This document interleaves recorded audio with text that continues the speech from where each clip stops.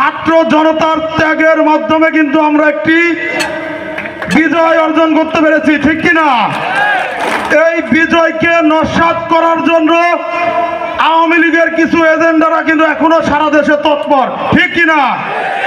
আমাদের এই বিজয়কে ধরে রাখতে হলে আমাদের বর্তমানে আমাদের বিএনপির ভারপ্রাপ্ত চেয়ারম্যান জননেতা তারেক রহমানের প্রত্যেকটা বক্তব্য ফলো করতে হবে, ঠিক কিনা?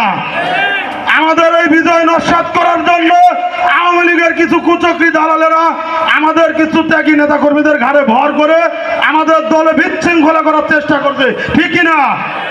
আমাদের এই বিশৃঙ্খল নেতা কর্মীদের সবাইকে ঐক্যবদ্ধভাবে তাদের মোকাবেলা করতে হবে এবং দলের ভাবমূর্তি অর্জন করতে হবে।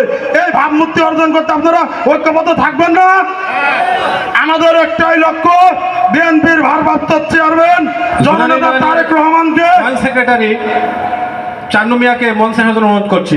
তারেক রহমানকে এই দেশের প্রধানমন্ত্রী বানাতে হলে আমাদের এমন সহনশীল আচরণ করতে হবে যেন মানুষ আমাদের আচরণে বিএনপি করতে ইচ্ছুক হয় এবং ধানের শীষ প্রতীকে ভোট দিয়ে এই দলকে ক্ষমতায় নিয়ে যায়, ঠিক কিনা?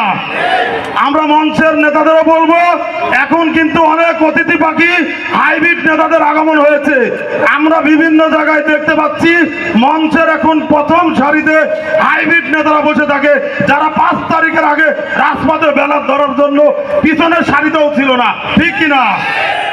আমরা বুকের তাজা রক্ত ঢেলে দিয়ে পুলিশের বুলেট মোকাবেলা করে কিভাবে আন্দোলন সংগ্রাম করেছি আপনারা জানেন, হামলা মামলা মোকাবেলা করে।